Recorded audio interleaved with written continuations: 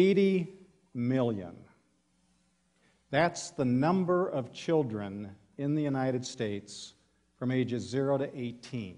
80 million. 80 million gems waiting to blossom, to bloom, to be engaged, to be seen, to be known, to be put into play. 80 million gems. What's our vision for America's kids? Well, you know what? We hardly ever talk about it. Is the vision to keep them safe? Is the vision to keep them out of trouble? Is the vision to keep them in school? Those are all management and control ideas. Not very compelling.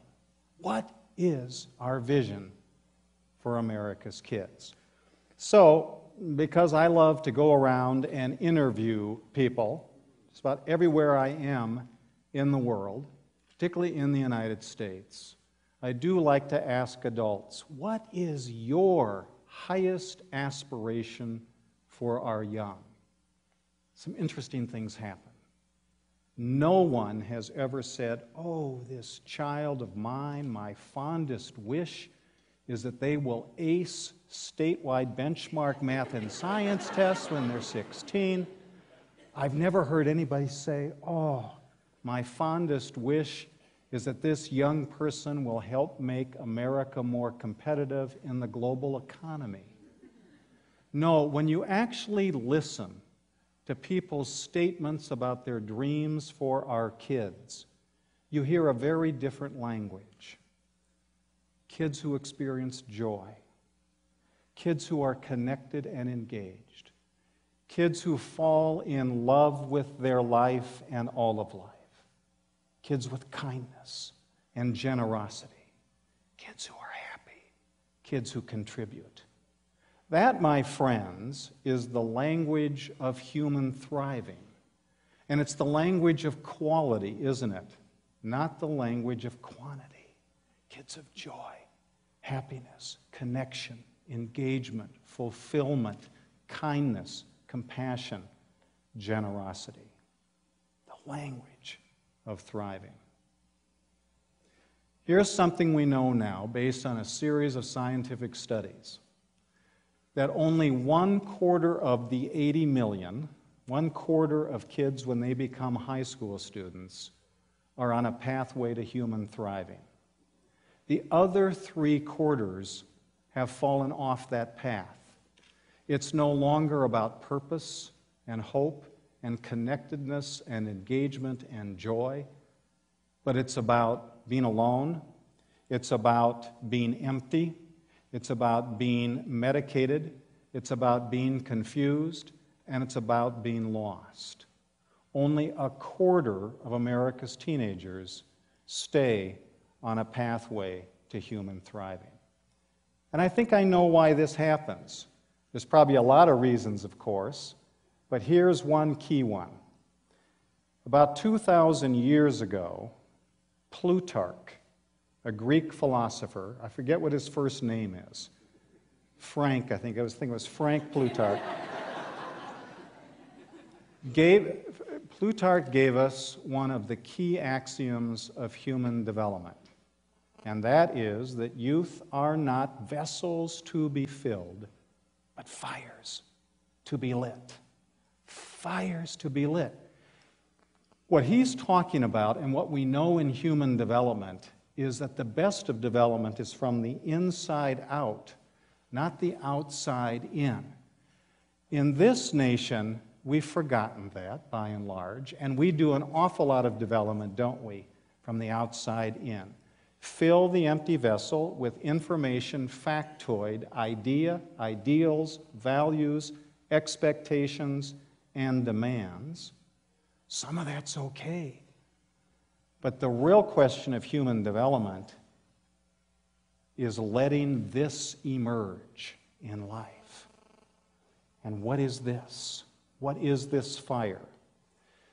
The core idea in human thriving is the identification of that fire, that inner light, that human spark. I've been working in this space now for about 10 years. My team of scientists and I at Search Institute have been creating a science of human thriving with a particular eye to children and teenagers. Thriving begins with the idea of the human spark. It's the metaphor I use to define that animating engine, that thing about a young person that gives them joy and energy, the reason why some will seek to actually get up in the morning and get moving, something that gives their life hope and direction and purpose. Spark, by the way, is very akin to the idea of spirit. Spirit is from the Latin spiritus, and you know what that means? My breath.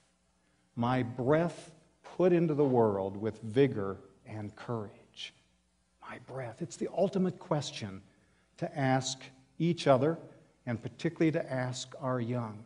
What is your breath? What is your spark? You in the audience, mostly adults, you know what life is like when spark is alive, when you can name and claim some animating energy, some capacity that gives your life direction, hope, and purpose. You know what life is like with spark, and we also know what it's like when spark dies. We know what that emptiness feels like.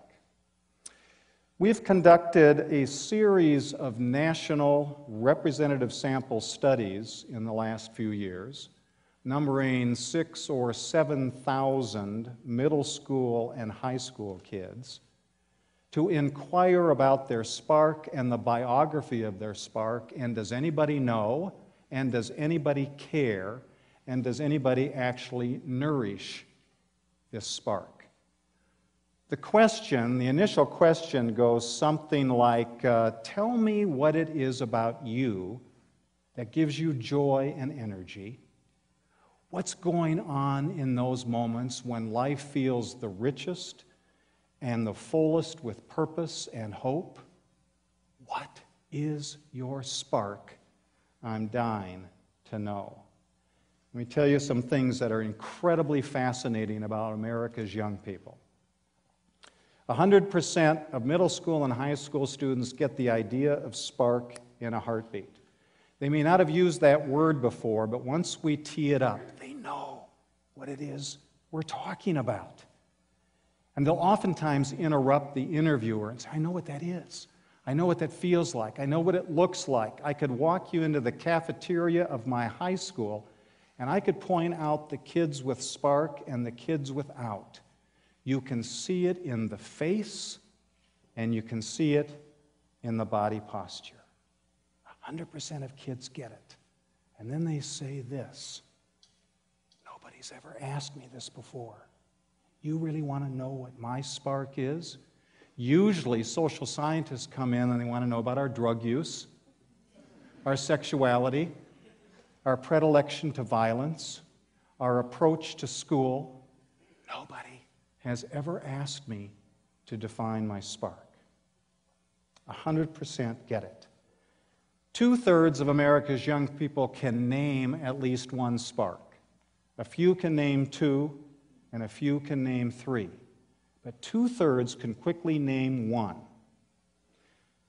Interesting that another 20% or so can name their spark with a little nudge from a caring adult, a counselor, a teacher, a parent, a grandparent, a neighbor, a youth program worker. They can pull it out of you. What is it about you that gives you joy and energy and animates your life? There's 3 kinds of sparks as young people define them. For some kids, it's a skill or a talent. I love to make music. That's when life is the best. I love to draw. I love to write. I love to lead. I love to study archaeology. For some kids, it's a commitment. My spark. It's surprising how many kids say, my spark is social justice. My spark is a commitment to the stewardship of the earth. Some kids, the 3rd category, it's a quality. My spark, I'm a person of empathy. That's what I do. That's when life is the best.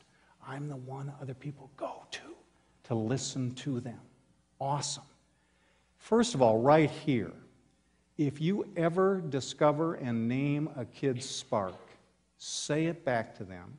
Tell them you see it and hear it.